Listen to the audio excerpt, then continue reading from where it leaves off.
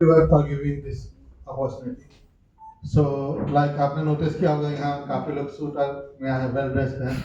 मैं simple jacket में आया हूँ, राइट. मतलब मैं यहाँ पे बस आया हूँ. आप लोग मेरे जूनियर हैं, एज अ सीनियर मैं अपने जूनियर से इंटरेक्ट करने आया हूँ. और मैंने जानबूझकर हिंदी भी बोल रहा हूँ और ऐसा ड्रेसअप भी किया है बिकॉज राइट मैं यहीं का हूँ. मैं यहाँ अगर आप लोग भूल नाटो जानते होंगे, वही मैं स्कूल में पढ़ा हूँ, ठीक है. और आप ही लोग के बीच का हूँ और मैं इसलिए ऐसा ड्रेसअप और मैं ऐसा सिंपली आया हूँ. ओके. सो मैं आपको ज़्यादा कट ऑफ या राइट क्या क्वेश्चन पूछे जाते हैं उसका मैं आपको ज़्यादा बताऊंगा नहीं, क्योंकि आप एक गूगल सर्च पे कर सकते हैं, ठीक है. मैं आपको बताऊंगा कि एक माइंडसेट क्या होता है जब कोई इंस्टीट्यूट जीडी और पीआई कंडक्ट करता है और वो आप में क्या देख रहा होता है और उसके बेसिस पे आपको किस बेसिस पे आपको सिलेक्ट या रिजेक्ट करेगा. ओके. सो एमबीए का सोल पर्पस क्या होता है? अगर कोई आदमी एमबीए कर रहा है या कोई कंपनी एमबीए ग्रेजुएट्स को हायर कर रही है, वो क्यों करती है? किसी को कोई आइडिया है? बेसिकली लीडर्स चुनने के लिए, राइट. अगर आप एमबीए कर रहे हैं आप लीडर्स बनेंगे, राइट. आफ्टर ग्रेजुएशन 5 या 10 years आप एक टीम लीड करेंगे एंड मोस्ट प्रोबेबली जो भी आप टीम लीड करेंगे एजुकेटेड लोगों की होगी.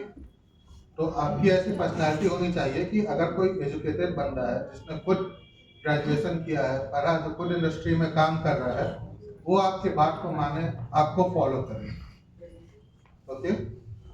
सो अगर आप किसी एजुकेटेड पर्सन से बात करते हैं, आपको उसका बैकग्राउंड नहीं पता, वो क्या पढ़ा है, कहाँ से पढ़ा है, उसने जीवन में क्या किया है, लेकिन आप उससे बात करेंगे आपको 2 मिनट में समझ में आ जाएगा कि दिस पर्सन ये वेल एजुकेटेड है और उसने कुछ किया है जिंदगी में, राइट. आपको कैसे समझ में आएगा? कौन से फैक्टर्स को नोटिस करेंगे? आपके इंटरव्यूअर्स भी आपके बारे में सेम फैक्टर्स को नोटिस करेंगे, ठीक है. For example well dressed, well groomed होगा, राइट, सॉफ्ट स्पोकन होगा. आप अगर ऐसा नहीं कि सिर्फ वो बोलेगा, जब आप बोलिएगा वो आपकी बात सुनेगा, गुड लिसनर होगा, राइट. वो अवेयर होगा उसके आसपास क्या हो रहा है, उसको थोड़ा एक जनरल नॉलेज होगा. अगर वो किसी चीज का बात कर रहा है उसको पता होगा, टू द पॉइंट बात करेगा, राइट. कुछ ऐसे बिना मतलब की बात नहीं करेगा. तो वो भी ऐसी चीजों को देखते हैं. अब आप इन चीजों को जीडी में कैसे ला सकते हैं? तो अगर मैं यहाँ जीडी करवा दूँ, 6 लोगों को बोलूँ एक टॉपिक पे बोलने के लिए, यहाँ तुरंत मछली बाजार बन जाएगा. सब लोग चिल्लाने लगेंगे अपने बारे में. मैं कहूँ जैसे भारत 2050 में कैसा होगा, सब लोगों के पास आइडिया होगा, सब लोग बोलना शुरू करेंगे. लेकिन अगर कोई वहाँ पे well educated well mannered person होगा, वो आपकी बात भी सुनेगा, आपको बोलने का मौका भी देगा, अपनी बात भी रखेगा. अगर वो आपकी बात से डिसएग्री कर रहा है तो वो ऐसा नहीं कहेगा कि आप गलत हैं, वो आपकी बात को एक्नॉलेज भी करेगा, राइट.